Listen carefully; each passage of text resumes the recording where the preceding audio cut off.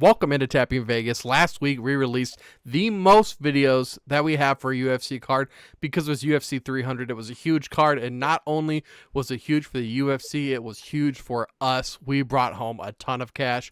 Bobby, how do we do? Went up 8 units, 14 on the year, 47.6 since the start of the show. Those 8 units were huge. That was off of the Moicano money line we hit on, Alex Pereira KO TKO we hit on, Jiri Prohaska KO TKO we hit on. Would have hit on Zhang Weilai had Jason Herzog not smelled like fucking cigarettes and beer. Would have hit on the double method KO sub for that. And oh boy, can you imagine how I felt when we hit on the plus 800 Max Holloway KO TKO in the very last second. Way to go, Bobby. Thank you. Thank you. I'd also like to send a special shout out to the people that made this possible. Obviously, besides you and I, we couldn't do it without these folks. This is also built off the back of the quality analysis that we come to expect from those in the comments section. And those people, like all people in this great world that God has created, they all have a purpose. Even if, you know, some of those people, their purpose might be the ants burned by the magnifying glass of the world, they nonetheless are still out there. And you know what they say about low-hanging fruit? It may be low-hanging fruit, but it makes the sweetest alcohol. So with that being said, couldn't have done this without at K715 on our Trevor Peak Charlie Campbell video. He had this Mensa level IQ take of, I didn't mean Peak needed a new career. I meant you do. Your analysis was awful. Well, you know what, K715? Keep that same energy because I didn't see your little ass under any videos this week when we hit on all the money lines, damn near except for 3. Quiet. You know what, buddy? Real quiet. Real quiet. You expect something else? I didn't. No. At Savage0711, same Trevor Peak, Charlie Campbell video. This got owed quick.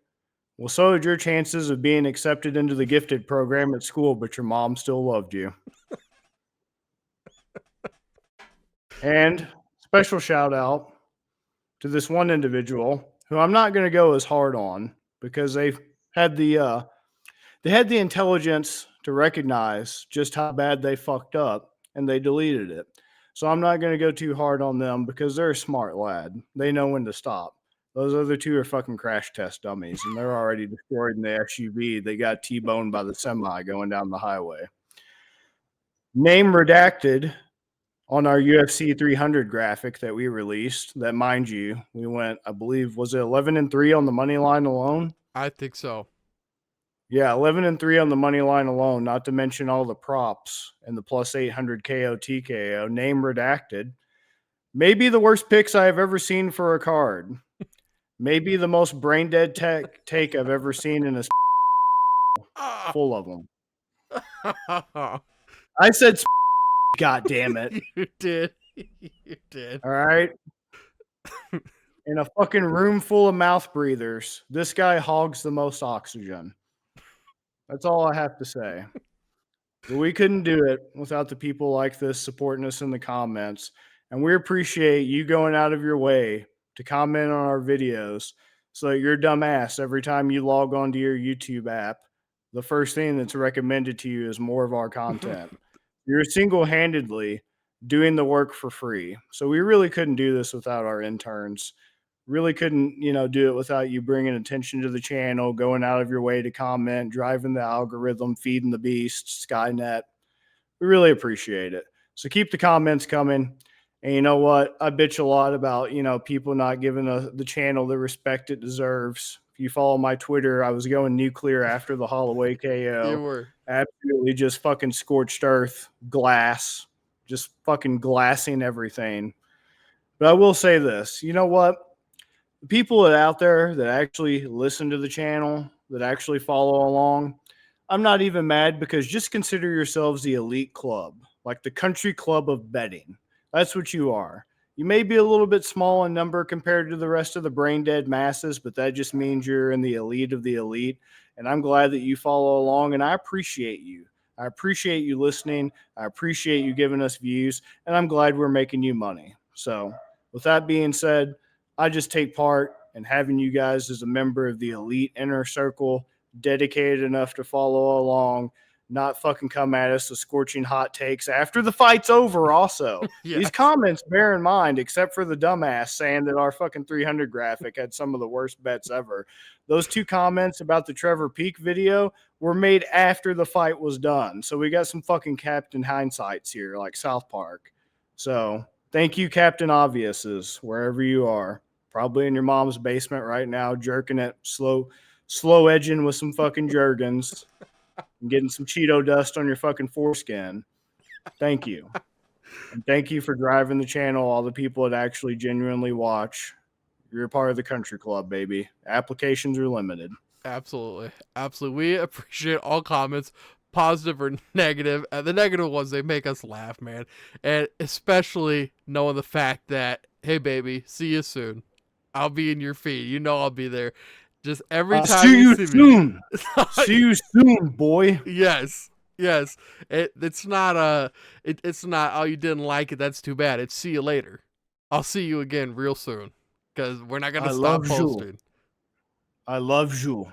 I see you soon. Thank you to everybody out there. And take this moment. If you haven't started following Better and Green yet, we cover pretty much all the sports. You guys need to hit that subscribe button, subscribe to us, hit that like button. You guys get tons of content from us all week. And we got even more stuff here coming out in the future. Bobby, not a great card. And that's one of the downfalls of coming off of 300. We had all these amazing fights. But a lot of those could have been headliner fights for these fight nights and other cards. Even 301, I'm not that impressed with. 302, I'm pretty excited for. 301 is just going to be kind of mad. We're going to be seeing suffering the effects of all these big name guys fighting all at the same time for a while. So we got Nicolau versus Perez as the main fight for this card. Why don't you take, we got 5 fights we're talking about today. Why don't you take the first one we're talking about? Yeah, unfortunately, I warned people about this coming up. So to start off, we got Yahya versus Victor Henry. Gosh damn, I'm not going to lie. I cannot get excited about this fight, but I warned you the hangover was coming. I warned you. I called this shit on the 300 video. We're looking at heavyweight main events at the Apex and fucking women's flyweight fights for the rest of the damn fucking year. And while we've gotten something slightly better than that, I'm not also about to sit here and lie to you. And I'm excited to see Dustin Poirier get his 3rd fucking title shot in 4 years. I'm not exactly too amped up about that either. So sorry if you're a Dustin Poirier fan, but I don't want to see the same 2 fucking dudes fight for the title 3 times a piece in 4 years when lightweight used to be the Shark Tank. But anyway, back to the turd sandwich at hand, seasoned with a little bit of salt and pepper. We can't just serve you a regular ass turd here.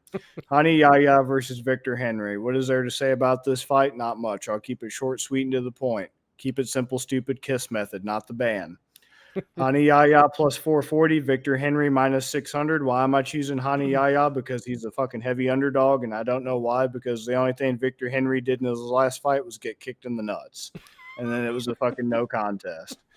What can I say about this fight that isn't going to be fucking boring as shit and a vain, superficial attempt to get you hyped for something that I'm sitting here with the same energy as a fucking 60-year-old college professor trying to lecture about the fucking Industrial Revolution. It just ain't that. It just ain't it, dog. It just ain't it. Victor Henry looks like he should be in a shampoo commercial. Probably Herbal Essences or Garnier Fructis based off how he looks. A little bit hippie, a little bit hood, 100% kick your ass. Yahya, a Brazilian guy, really good grappler, ADCC champion, ADCCCC champion. Just like throwing in extra C's to be a fucking weirdo in there because ADCC is cool and all that, but it doesn't necessarily translate to MMA. Yahya by sub plus 440. But I'd rather take the money line, actually, since the money line's so ridiculous. Once again, don't know why. Both of these guys not exactly good. In before somebody comments 2 weeks after the fight and says this got owed quick. Don't see either of these dudes making much noise. One's 36, one's 39, pushing 40 years of fucking age.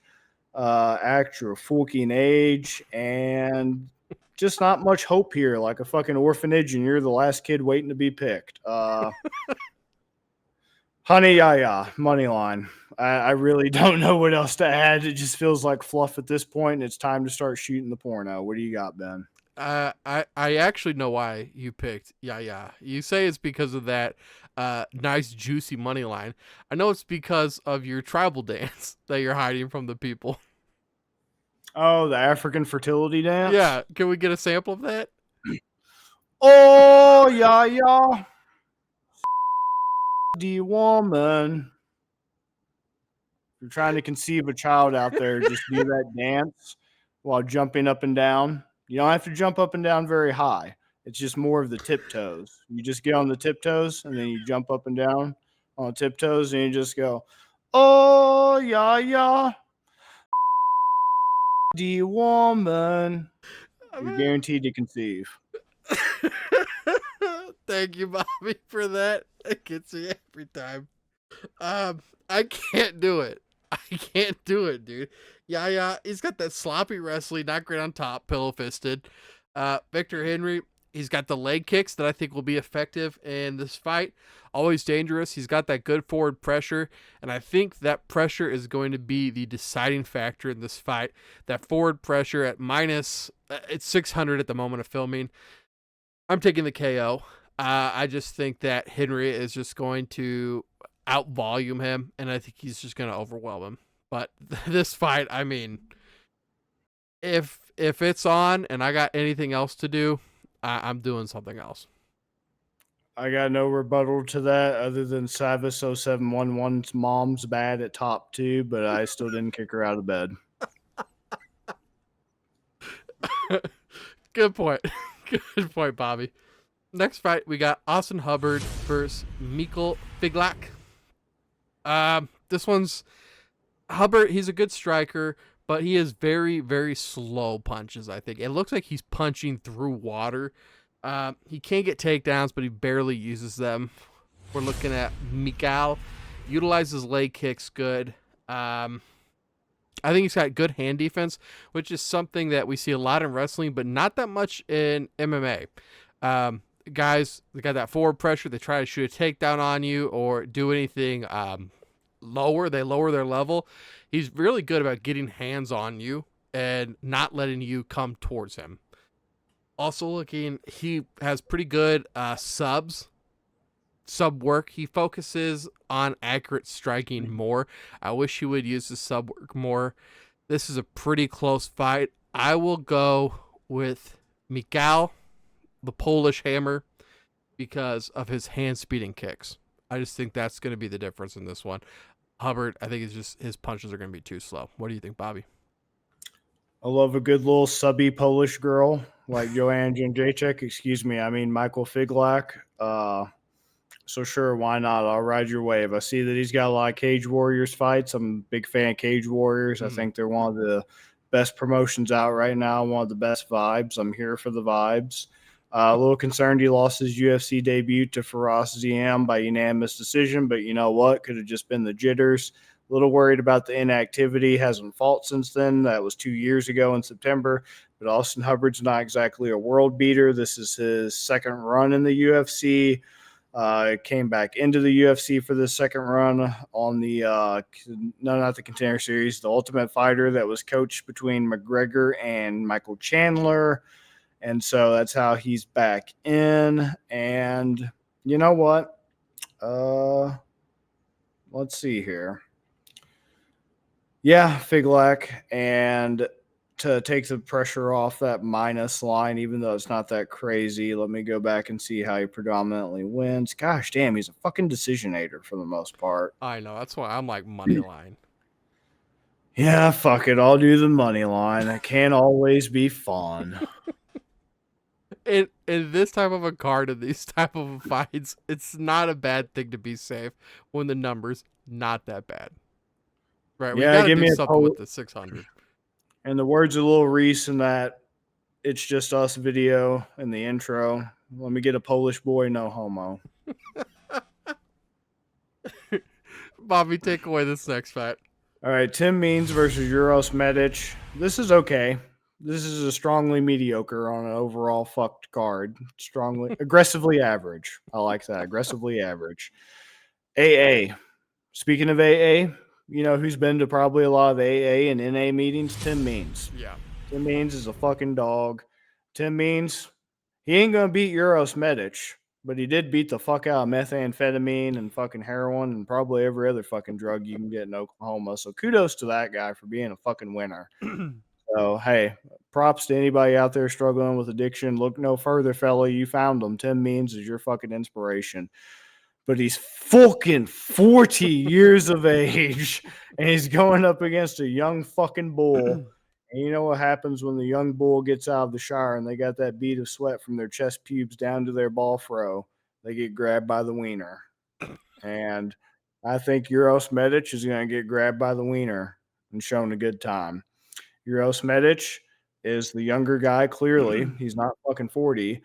And, you know, Tim Means, props to him, like I said, for kicking the habits and, you know, all that. And sobriety is great. But, man, he's got a lot of fucking miles. 33, 15, 1-1 is his record. Coming off a win over Andre Figlak by TKO last September. But before that was on a 3-fight skid, being finished 2 times by different chokes in that little skid there. So from June 18th of 2022 to May of 2023, choked out twice, split decision loss. And Kevin Holland, no shame there. Max Griffin, a lot of shame there. Alex Morano, my estimation of him as a man just fucking plummeted when you get choked out by Alex Morano, the most odd-looking man in America instead of the most interesting man.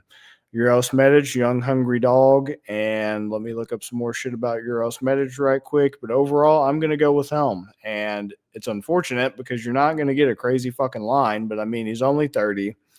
He's a Serbian gangster. And yeah, he's coming off a neck crank loss from last November. But other than that, you know, TKO spinning back fist over Matheus Semmelsberger, not bad. TKO of Omar Morales. Getting a little concerned. Jalen Turner choked him out after how bad Jalen Turner looked last week. But other than that, promising guy, young career. It happens. You get caught, and hopefully he's learned from it. And so at the odds that we have right here, for Tim Means and Uros motherfucking Medic of plus 185 for Tim Means and minus 225 for Medic. I'm not too crazy about those odds, but I will say that to lessen those odds, I'm going to say that I'm going to go Medic by TKO KO. That's what I'm going to go with. What you got? Pass me the pipe, baby. I'm on Means. What in the fuck? If Yeah, I've you need learned anything about these 40 years of age guys, it's you can't underestimate them. Yeah, but you also can't catch lightning in a bottle. Ben Franklin, OSP, was just going up against a shitty fucking guy. The Nigerian Night Terror, because you lay awake fucking terrorized by how shitty that fight was. This is what I'm seeing. And also, talking about some people's feeds. Hi, Jalen Turner's mom, if you're watching this one as well. Yeah, shout out to her. No bullshit. Yes. Yeah, real shout out to her. Also, commented before the fight. I think y'all in the comments could learn a thing or two from her. Learn from Mama Turner. Comment before the fights. Don't be bitches. Yes. Yes. My thing is, if he got knocked out by Jalen Turner, I would have been okay with it. But the fact that he got subbed in the first and Jalen Turner is not a sub guy, that really worries me, man. That really, really worries me. When I'm looking at him, I feel like he has some sloppy kicks and his only path to victory is overwhelming his opponent. And I don't know if Means, with a pretty nice reach advantage, is a stand-up volume fighter that also has sub skills in his back pocket. I can get him at plus 185. He's got the experience. Uros, he's 3-2 in his last 5. It's better than Tim Means, but if I can get money line at plus 185, I think that Means could win on volume. If this doesn't end in a finish, if it goes to decision, I feel like it goes to Means. Respect. Yeah. Okay. I was expecting a little comeback from you there. No, I mean, hey man, I'm not gonna act like Medic is a world beater, you know. I mean, not until the fight's over and I already know how it happened. I might sneak in I might sneak in There it is. underneath the comments, you know, leave you a DM or something, but that's after I know the outcome. I'm not gonna look like a dumbass or anything, you know. There it Why would I is. take a risk like that? My T's too low. Javi, I love it. But what I love even more is this next fight. It might be, uh, I almost want to say it's my most confident, but I like the next one too. But we're looking at Ryan Spann versus our boy Bogdan Guskov. Bogdan, we clowned on Bogdan last time we covered his fight, and he knocked out our Houston Texans running back buddy. But Spann, KO power. I think he can snatch these front headlocks and choke dudes out really quick, and he does it in transition. He can get it from a striking encounter. He can get it from a grappling encounter. I was pretty impressed with how he can get it, and it's a move that I feel like, obviously not a UFC fighter, but the style that I wrestled and kind of like the guy I am, I would be going for that all the time. I don't know why guys don't try that more often. He's very fast too. Looking at Bogdan, he stalks forward, poor sloppy grappling and sub work. Kind of seems like a glass cannon to me. 4-1 in his last 5. We're also looking at a pretty good reach advantage here for Spann as well. Looking at the odds, it has Spann as a pretty clear favorite. Not in the 200s quite yet. I'm going to take Spann. Man, at minus 180, I think I'm still going to go the money line to be safe. Because I can really see all 3 methods. Because I think if it goes to decision, I think it'll be Spann. But then I feel like he could also catch Guskov in those submissions I was talking about. And he's also so strong and so fast, he could just put Guskov on his ass. So I'm just going to take the money line and just get out with some cash. What are you going to do, Bobby? Gosh damn, this is a very fucking terrible fight. I was originally gonna go with Guskov, even though he looks absolutely fucking terrible. He's the guy from the Goonies. I know. He also conspiracy theory time, X Files. Who does Bogdan Guskov look like? Anthony Smith. Who is Ryan Spann lost to the most? Anthony Smith. Lost to rear naked choke to Anthony Smith September 18th, 2021. Lost his last fight. Anthony Smith lost a split decision August last year. You ever seen Anthony Smith and Bogdan Guskov in the same room together? Didn't fucking think so. So there's absolutely no evidence to prove to me otherwise that Anthony Smith and Bogdan Guskov aren't the same fucking person. Just a different pseudonym so he can skirt around all the medical timeouts and shit for every time you lose. You know how like you have to take like I don't know a few months off if you get knocked out, a few months off if you get choked out. Mm-hmm. That's just what Anthony Smith's doing. He's playing the long con. He's just taking some fucking accelerated healing peptides and calling himself Bogdan Guskov. And if he's already beat Ryan Spann's ass twice, who's to say the third time's not the charm? In the words of Gucci Mane, if I hit it once, I can hit it 2 times. If I did it once, I can do it 2 times. Shout out to Gucci Mane, Gucci 2 times. So, with all that being said, classic giant douche turd sandwich. Fucking Ryan Spann, I guess. For all the reasons you said. God, this fucking whatever the opposite of a boner pill is, this card is that. I don't know what you can take to not give you a fucking erection, but that's what this is. I don't know. It's just thinking about your nan in the fucking shower on a fucking hot day. That's what this is. That's a boner killer. Or maybe for some of you fucking weirdos out there, like let me pull up his name again right fast. He'd appreciate this. He's a connoisseur of incest here. For our boy K715, he'd probably like to see his nan in the shower naked on a cold day, but the rest of us normal human beings would not. So I mean, you can't take Guskov. I've already picked him and been wrong. Once again, man, I don't know how many times I have to tell you, I'm not going to pick them until after the fights, damn it. And then I'm going to come on the show and act like I fucking had them the whole time. Okay. That's My how the bad. game Hey, works. my All bad. right. That's what happens when you're a member of fucking Mensa. All right. That's what happens when you're so fucking far behind in the race, you think you're in first place. You're right, man. You're right. All right. Take us to the fight of the night. Oh, fight of the night. That's like saying that the fucking last stripper left at the fucking strip club that nobody wants to dance with is the best one. It's not really saying much. Matheus Nicolau versus Alex Perez.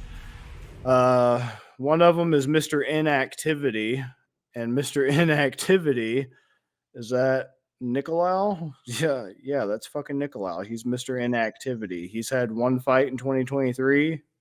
No, maybe that's Perez. I fucked that up. Anyway, the point is, goddamn, what another fucking terrible fight. Just what a shitty fucking fight that just makes you want to go out and stare at a fucking eclipse without glasses so that you don't have to use your fucking eyes to watch this. So Alex Perez, he's Mr. Inactivity, excuse me. 2024, this year, back in March, lost a unanimous decision to Muhammad Mokaev, to everyone's fucking surprise. That's sarcasm for those of you out there that can't tell, like our fucking commenters. They like to come on there and talk about fights after the outcomes already happened. 2023 didn't fight at all. 2022, big fucking surprise, he lost. Who did he lose to? Alexandre Pantoja. 2021, guess what? No fucking fights. 3 canceled fights. Mr. Inactivity. How do you fight more in the year of COVID than you do 2021 and 2022 and 2023 combined? How the fuck does that make any type of sense? That defies all the laws of physics and reality. Back to the X-Files. He didn't fight at all in 2023, one fight in 2022, no fights in 2021, 3 fights in 2020. And he won 2 of those 2 out of the 3 fights against the intimidating, incredible cast of Jussier Formiga and Jordan Espinoza, and he got choked out in round 1 by Davison Figueiredo. Somebody needs to fucking study this guy. 2020, when COVID's going on, the fucking world shut down, manages to fight 3 times. There's Loses nothing by else to do. Right. Nothing else to fucking do. Submission round 1 loss. Round 1 win to Jordan Espinoza. KO TKO round 1 against Juicy, Notorious B.I.G. And then gets choked out in round 1 by Figgy. And then 2019 fights once. 2018 fights 3 times. What a fucking interesting guy. Wow. I don't even know what the fuck to say about that. I'm a little mind fucked right now. 24-8. Apparently he's a wrestler. Oh, so you're a wrestler now. Matheus Nicolau. Not really too. This is his first fight of 2024. 2023, only 1 fight. Only 2 in 2022. 2021, only 2. What the fuck is up with this inactivity? Didn't even try to fight in 2020. Took all of 2019 off. 2018. Is this his second UFC run? Looks like it is. What the fuck's up with that? We just cut guys and fucking bring them back. No, this is his first UFC run. He just likes to take a little vacation, just like, yeah, fuck it, I'll take a year off here, a year off there. This is a battle of inactivity versus fucking inactivity. An immovable force meets an unstoppable object. Who's going to take time off after this the longest? They both already got their PTO request in. You just know they're waiting on Dana to fucking sign it. Come on, Dana. After I lose this fight, I'm going to go to fucking Jamaica and take 2 years off. Let's see. Nicolau. Oh, God. Choking on the bullshit again. Matheus Nicolau coming off a KO. Brandon Royval, a.k.a. Lesser Brandon. Junior Brandon. Facts. Alex Perez. What are you looking like? Gosh, if you can't tell how excited I am for all these fights, boy. Usually I have fucking high energy. Now this whole card, I've just been sounding like a fucking 80-year-old trying to fucking get it up, and it's just because there's nothing to be excited about here. Most exciting thing is fucking Alex Perez was born in fucking Lemoore, California. That's kind of cool. Lemoore. Oh my God, he's coming off a fucking 3-fight losing streak, 2 by sub. Got gillied by Figgy, neck cranked by Pantoja, unanimous decision of Mokaev. God damn. They're just looking for an excuse to give this motherfucker a permanent vacation. He ain't got to worry about inactivity anymore if he loses this bitch. He's on permanent fucking vacation. You know what? Because of that, I'm going to pick Nicolau because Perez is probably going to throw this on purpose like Luque did against Buckley. They got fucking, what's his nuts? James Cross back there handing him the fucking betting slip with the plot already wrote on the fucking outcome. He's just got to take the fall. It's an inside job. Look into it. I'm going to go with Nicolau. Perez just wants a permanent vacation. He's about to get what he wants. Perez is going to push his shit in by because he's a pretty good favorite, Perez is. So you're going to want to take the sting off that by putting some alcohol on it. No, Perez is the underdog. Perez is the underdog? Perez is the underdog. Perez is at plus 145. Oh, fuck. That just made my... Why in the fuck wouldn't you take that to the bank? What is Vegas... Break down the sharp odds and shit because I'm feeling as about as dumb as the motherfuckers commenting after the fights right now. I don't know how the fuck that's going on. Break it down to me why you think Perez is the underdog, even though he's not on a 3-fight skid right now. That's why I love Perez in this fight, dude. Actually, never mind. Perez is the one on the 3-fight skid. Yeah. Yeah, he wants the permanent vacation. No, he doesn't. You like Perez? He does. You don't think he does? No. You don't think the man's ready to kick it? No. Hang it up? No, man. All right, I'll listen. Convince me. Look at Figgy, who just ended Cody Garbrandt's life just a week ago. The Whole Foods grocer is probably going to be ending his life here soon. The way that man's career is going. I'm still open to it though, because man, I'm listening. And Pantoja, the champion, the current chair, and then who was the last one? Muhammad Mokaev. Yes, and Mokaev was like he was finishing everybody, right? And then he comes into this one. I think this is the first one that ever went to decision with Mokaev. And Perez, I think it was a split decision with Mokaev, if I remember correctly. And I almost felt like Perez won. And even if not, Perez took it to decision. And I think Mokaev is better than Nicolau. And Mokaev is the guy that can end the fight early. Nicolau is just the type of fighter I hate. He's just a freaking point fighter, man. He's just going to beat you on volume and just decision out every fight. Perez, he can lock up those quick subs. If you make this five rounds, I mean, Nicolau has to stay out of danger and just dance and tap, tap, tap, tap, tap, tap, tap. When he took Mokaev to the edge. I don't see it, man. I think Perez gets it done.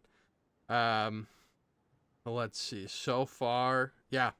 81% of bets on Nicolau, 65% of money. So you've got some sharp money coming on Perez. 18.6% of bets, 35% of money. And they're paying out plus 145. I feel like it's still advantageous to be on the Perez side. You can get Perez at some places right now at plus 150. All right, man. You convinced me. Did I? You convinced me, man. It's not hard to convince me on a card like this. So, like I said, this is fucking low T central right now. I'm gonna have to fucking hop on. I'm gonna have to go down to the goddamn Victory Men's Health or something and fucking get hooked up to an IV of fucking bull shark testosterone after this. Goddamn, it's fucking terrible. So hey, don't take much, man. Hey. So. I'm happy to hear that. I hope we have another good week. It's going to be hard to top last week. I mean, just with how good the card was and how good we did. But, man, yeah, we did fantastic. I know we don't have odds. We are starting, for this card, we're starting filming a week early, so we don't have the props. But for a haymaker, what are you thinking right now, Bobby? Gosh, damn. I know, it's hard without the odds, without the props. Yeah. It's also like asking me, would I rather stick my dick in a toaster or would I rather have my dick punched by a claw hammer? It's like, man, both are causing grievous injury to my dick. God damn. I wouldn't mind like a Ryan Spann KO TKO. That'd probably have some pretty decent odds, I can imagine. Or maybe not, because it seems kind of predictable. There's So I don't. there's not a whole bunch of bets placed yet, especially like on a fight like this. Right Right. now, 97% of money is on Spann. God damn it. I don't expect that to change too much either. I know, at 87% of the bets. It's like, oh shit. Yeah. Vegas isn't. There would be some fucking James Krause level shit if it did swing that much. I know Right. we're a week out, but still. Right. Uh Did you end up with Medic or Means? I stuck with Medic on that You one. did. Okay. Medic, Yeah. 81% of bets, 63% of money. Yeah, once again, I don't think that's going to change too much. Not too many people are keen to bet on a 40-year-old.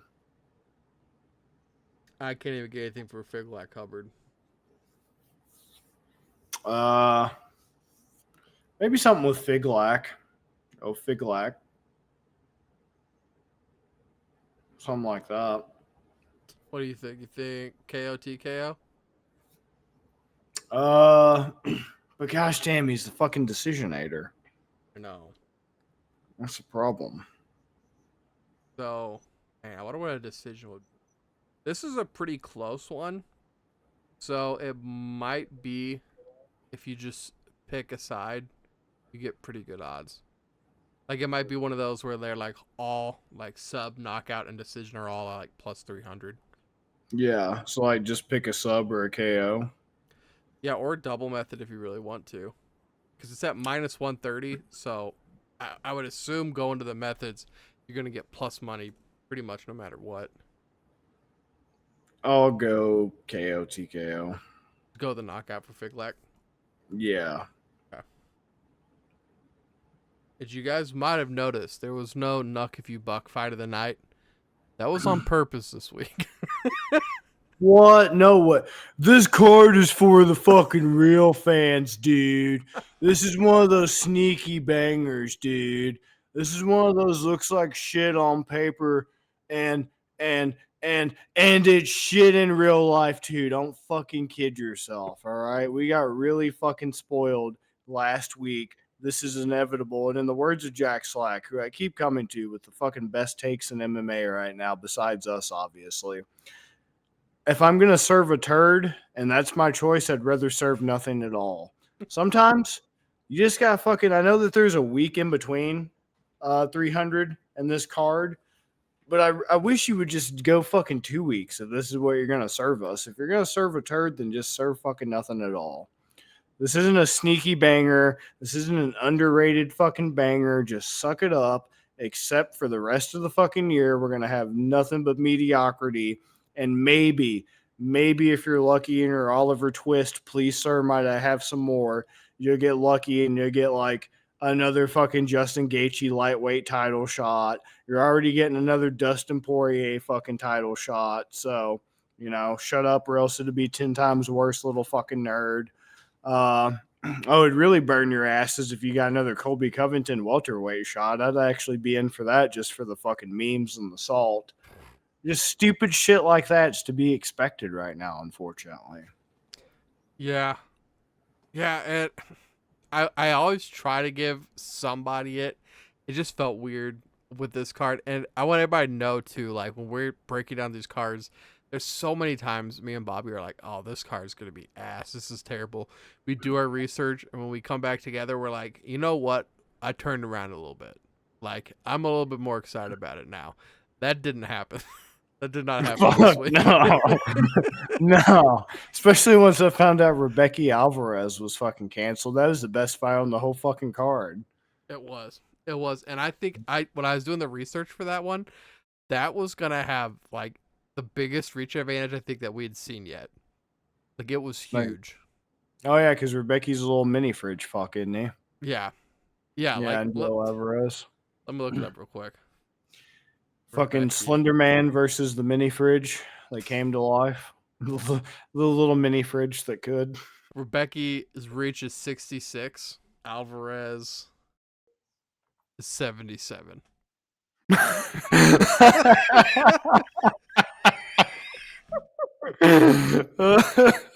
That's pretty fucking good.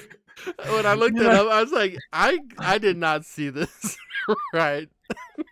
I forget who does what divisions, but whether it was Sean Shelby or fucking Mick Maynard, when they were making the fucking match for that fucking matchmaking for this fight, they were like snickering like little fucking girls and shit. Like, it'd be funny.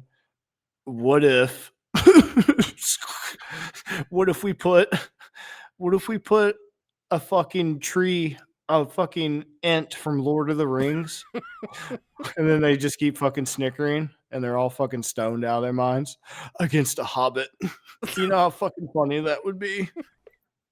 That would have looked so weird. 6'2" versus 5'6", 77 inches.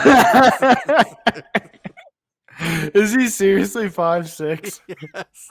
They're both 31, 155 pounds, but completely opposite bodies. It's like the little person wrestling fucking federation. Look, he's got him in a guillotine. He's so cute. He's like a little strawberry. His head's turning red. He's like a little strawberry. Bobby, before we get out of here, your thoughts on Colby Covington versus Ian Machado Gary, if it will happen, and if it does happen, is it just going to be like memes the entire time? It needs to be fucking memes the entire time because both of them are very mean fighters. Don't get me wrong, I am a Colby Covington fan, but he's making it increasingly hard for me to say that in public and make that declaration that I don't fucking have in whispered tones behind closed doors because of all the antics and bullshit.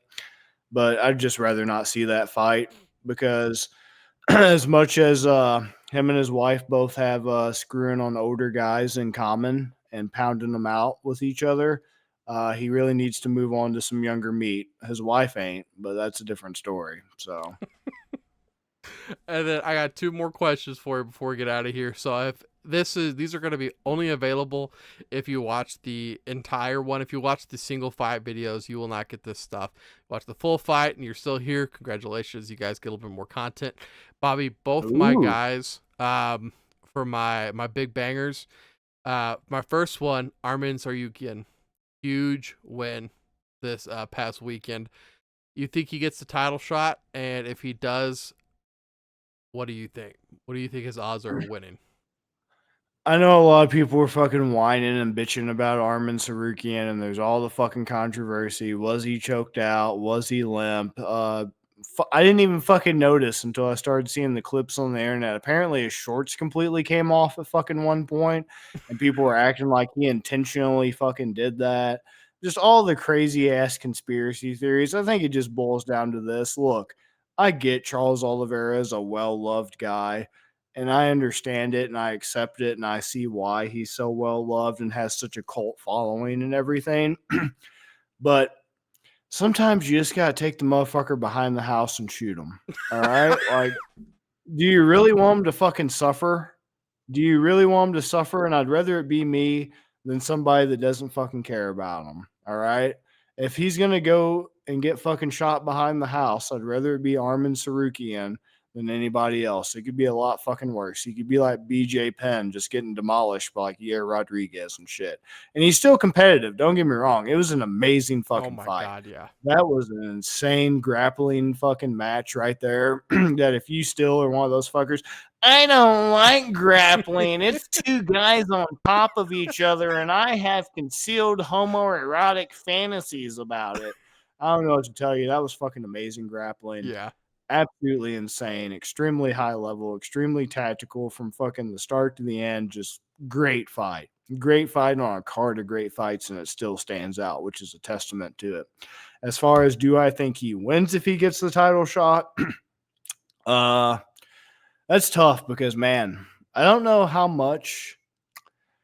how Islam's defensive grappling is because you never get to see his defensive grappling except for the first Arman fight was like the only time I can think of off the top of my head where he was ever challenged defensively.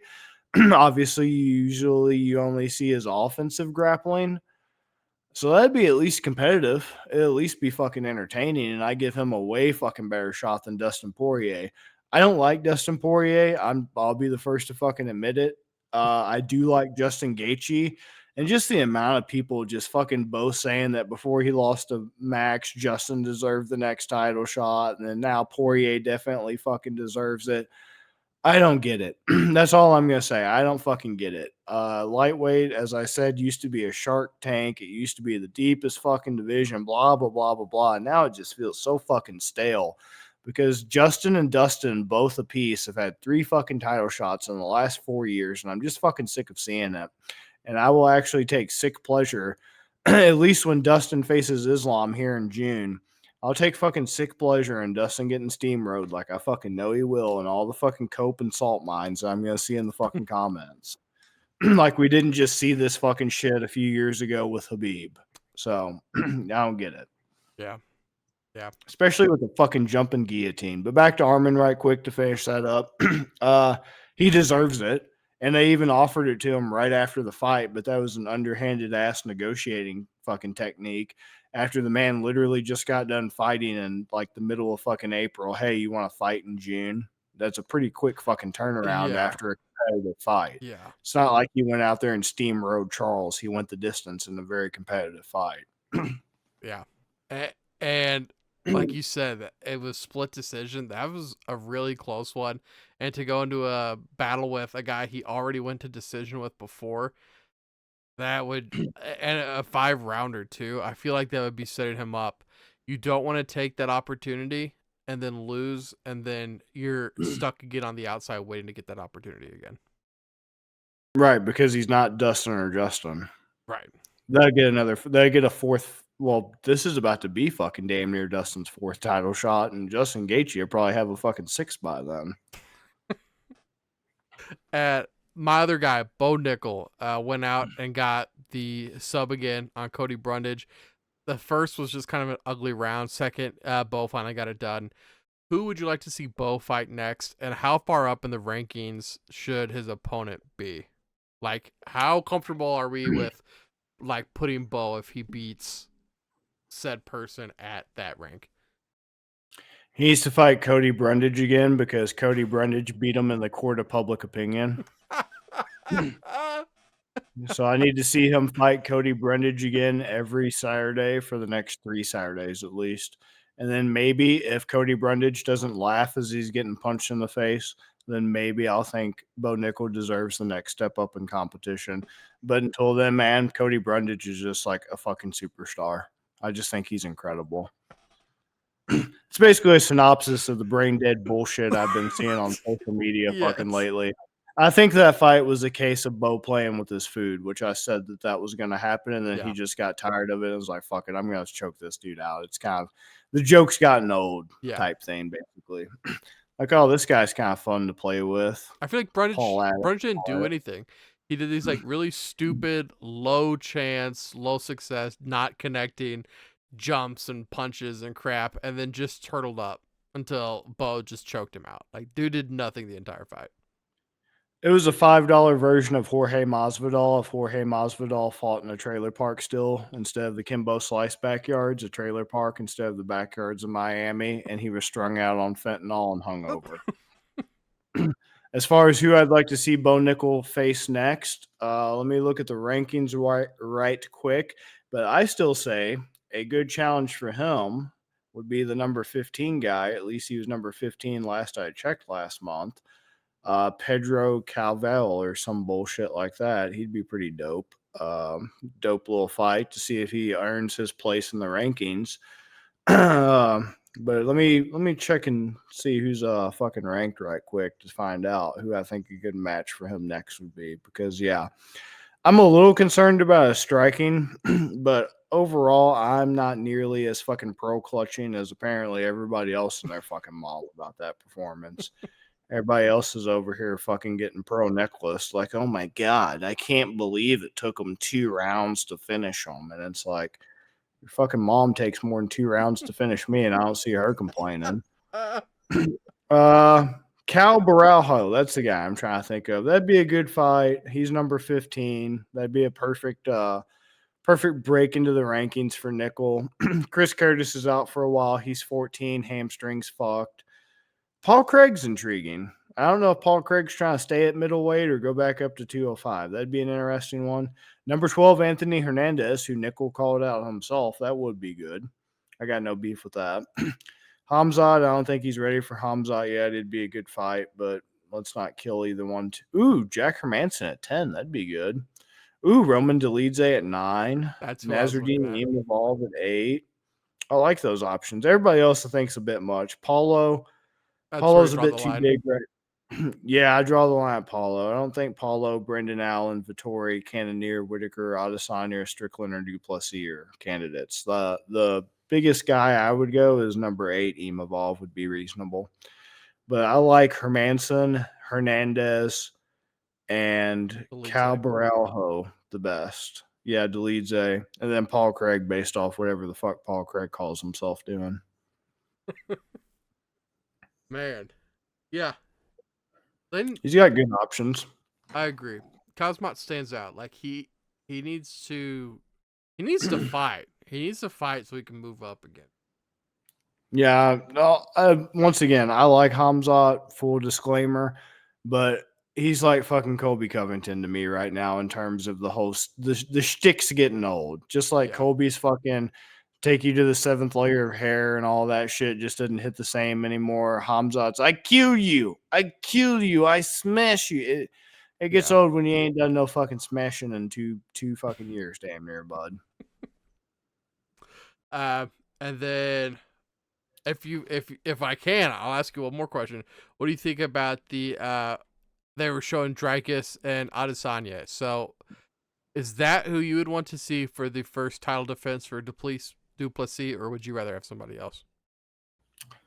First thing that stood out to me with that was DDP was dressed more like a real African than Israel Adesanya. Can't wait for all the fucking hate in the comments based off that. That was just really fucking ironic to me. That was a smug chuckle I let out diabolically in my fucking leather recliner while smoking a cigar type shit when I noticed that. Like, interesting that he's wearing a dashiki.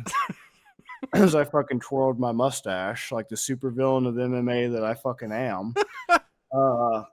That was interesting. As far as do I want to see him defend against Adesanya?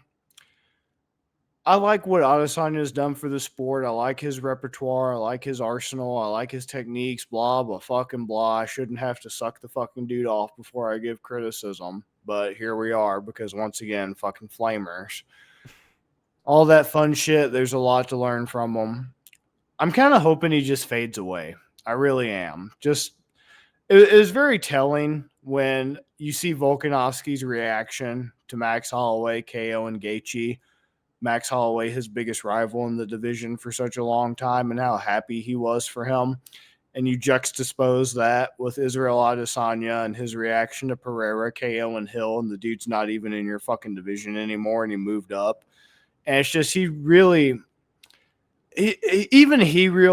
he's on borrowed time at this point, and he's kind of accomplished what he set out to do and all this and fucking blah, blah, blah, blah, blah. So he's got limited fights. I don't really have the excitement that I did before when they had the whole he was trying to bait DDP into saying the N-word, and it was just fucking weird how he just kept dropping the N-word with the soft A at the end towards him, and just fucking weird ass lead up and build up. It's not even exciting anymore. But at the same time, do I really want to see a Sean Strickland rematch? If it's even true that Sean Strickland's supposed to be fighting Costa and he beats Costa, I don't know. 185's in a weird position. I feel like the next challenger for the belt, because Israel hasn't even fucking fought in a hot minute now because he's been purposely taking time off since he lost to – who did he even lose? Since he lost to Strickland, he's been intentionally taking time off. So that was September last year. So not that long, but who knows how much long he's going to sit around and fucking cry about it and just bitch and moan. So I don't know. I would say based on how long it takes his ass to get back in the fucking octagon, I wouldn't hate him fighting DDP for the belt. But right now, if it's not Strickland or Adesanya, I really want to see what the fuck Khamzat can do. It's been 4 fucking years. It's time to shit or get off the pot. Those are my top 3 choices. I was going to ask, should the winner of Khamzat Whitaker get that chance? Since Whitaker is now in an interesting position to where he hasn't fought, well, he's fought DDP before and lost. It'd be interesting to give him a chance to get the rematch and to also get the belt back. So I wouldn't hate that. Even if Whitaker won, I'd be fine with him having the opportunity to get his lick back and to get the belt back potentially if he wins. As much as I like Bobby and respect him and all that and legend of the sport, I really just hope Khamzat, because like I said, for all the fucking hype and the fucking edging that my little dingus has been undergoing for the past 4 fucking years, I'm ready for it to either be a fucking climax or, for it to just be over. Like, let me move on. This is a toxic relationship. Yeah. Yep. Bobby, you got anything else before we get out of here, man? Fuck the haters, love the supporters. Everybody, even if they're a hater, they're a supporter. That is true. There's a thin line between love and hate, and you're still obsessed either way. Thank you guys for watching Tapping Vegas. Make sure you guys check out the other shows we got on Better and Green. Kentucky Derby episodes, NFL Draft episodes, fantasy football episodes. We got a ton of stuff coming out.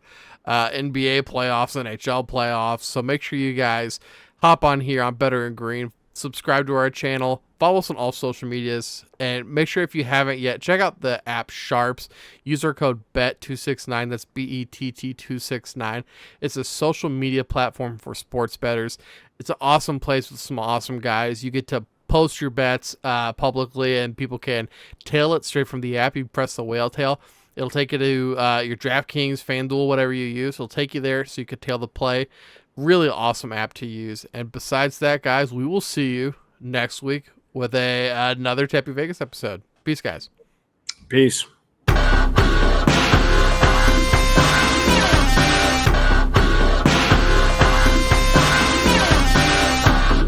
You better start listening to the Better and Green podcast. You will not regret it. Trust me, trust me, trust me. And hey, I'm Dean Blandino.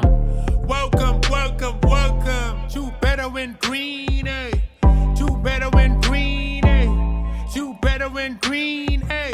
Listening to cash out, that's what it's all about. Come on, let's make cash now. We always on spot and we cover old spot from the bottom to the top, hey. Shout out to Ethan, shout out to Wyatt, shout out to Ben. Welcome, welcome to our podcast, Better and Green.